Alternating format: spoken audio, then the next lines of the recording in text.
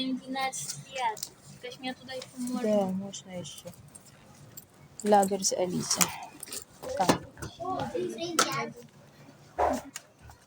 А, вон тут, Еще. Вот тут кепка, сумка, иди сюда, мама.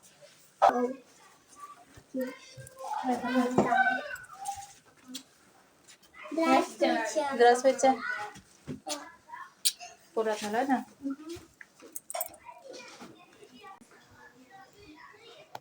Hello! Nandito kami ngayon sa park. Hinatid namin si Alisa sa kanyang camp. Pero umuwi lang siya every afternoon, 5:30. So, papasok muna kami dito sa mall mamaya. Naghihintay kami ng time kasi nasa 9:30 pa lang dito ng umaga. Walking muna kami ni Sofia. Ito yung park. Merong fountain doon. Ito yung mall, Mayak.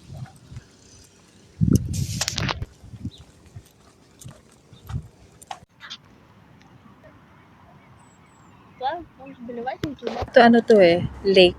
Tapos madaming mga pigeon na tumatae dyan. Pero pwede pala dito maglaro ng water skate. Mga ganun. Pero bawal talaga siya maligo kasi madumi kaya. O ano na yan, highway. Tingnan natin sa stairs kung anong meron.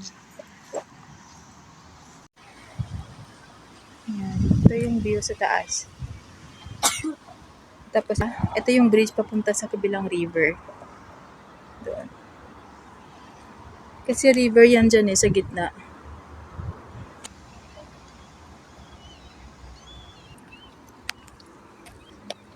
Diba?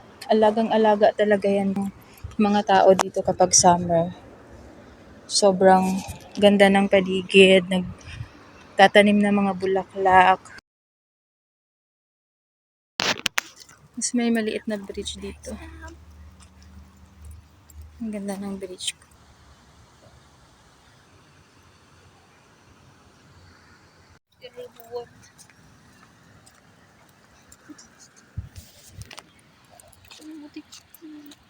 У нее в ТикТоке Laki ng bato. Bato ba yan? Basura, bato siya. Alam nyo ba, hindi lang naman sa Pilipinas yung madaming damak-damak. Dito din madami. Kahit saan nagtatapon ng mga basura. Ayan, ang daming mga pato dito sa lake. Imagine kung gaano kadumi yan.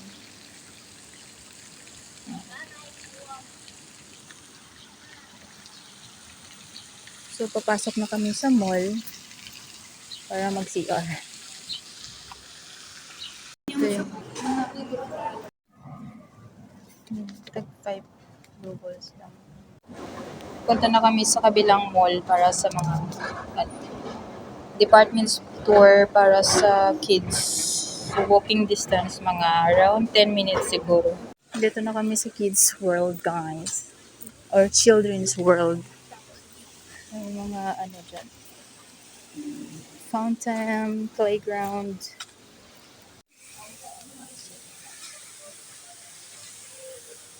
Mga schools. Parang konti lang yung nila. Mga school.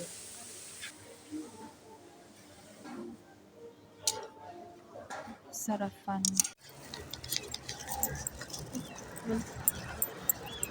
So, punta muna kami dun sa kabilang mall.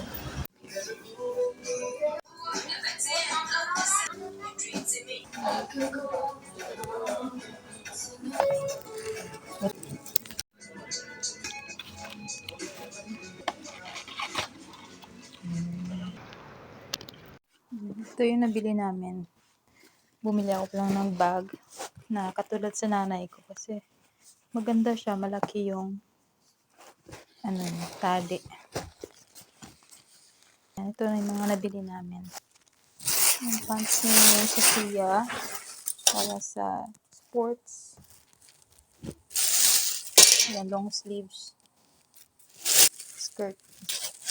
Sweater.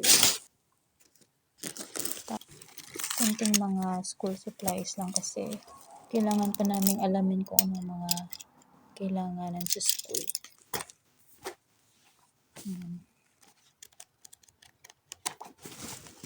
Yan lang din naman.